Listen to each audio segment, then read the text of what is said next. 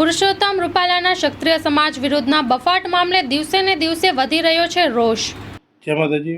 મારું નામ ચુડાસમા નરેન્દ્રસિંહ હાલુવા, ગામ જસકા। નરેન્દ્રસિંહ, મોટી સંખ્યામાં આજે ચુડાસમા રાજપૂત સમાજનો બોર્ડિંગમાં બેઠક યોજવામાં આવી હતી। આ અચાનક બેઠક શા માટેની આ બેઠક? આ બેઠક પુરુષોત્તમ રૂપાલાજીએ જે ક્ષત્રિય સમાજની નારીઓ વિશે જે ટિપ્પણી કરવામાં આવી હતી એના ઉગ્ર વિરોધ માટેની બેઠક બોલાવવામાં આવી હતી। શું બેઠકમાં કેવા પ્રકારનો નિર્ણય અને કયા કયા વિસ્તારના લોકો આમાં જોડાયા? આ બેઠકમાં ધંધુકા તાલુકાના રાણપુર, બરવાળા અને ધોલેરા 4 તાલુકાના યુવાનો અને વડીલો જોડાણા હતા। શું કેવી રણનીતિ ઘડાય, કેવા પ્રકારનો નિર્ણય લેવાયો?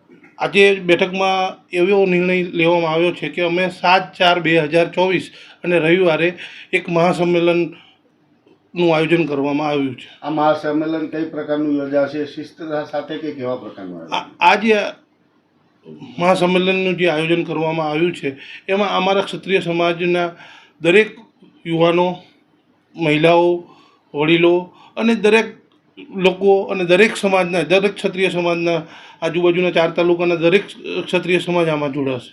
ચુડાસમા શ્રી ભદ્રસિંહ પ્રહલાદ છે, ગામ સાલાસર। જી, ચુડાસમા રાજપૂત સમાજ ધંધુકા ખાતે આજે જે બેઠક મળેલી હતી એ બેઠકની અંદર જે પુરુષોત્તમ રૂપાલાજી દ્વારા ક્ષત્રિય સમાજની નારી વિશે જે અભદ્ર ટિપ્પણી કરવામાં આવેલી હતી તેનો ઘેરો પ્રત્યાઘાત, આક્રોશ ભારોભાર અત્યારે તમામ ક્ષત્રિય સમાજમાં ચાલી રહ્યો છે। તે બાબતે શું કાર્યવાહી કરવી તેના માટે થઈને આગામી સમયમાં શું પગલાં લેવા કે આનો વિરોધ કેવી રીતના દર્શાવવો તે બાબતે 7 તારીખ 7/4/2024ના રોજ એક મહાસંમેલન કરવાનું અત્યારે સમાજની અંદર જે આજની તારીખમાં મિટિંગ ભરાણી તેમાં નક્કી કરવામાં આવેલું છે।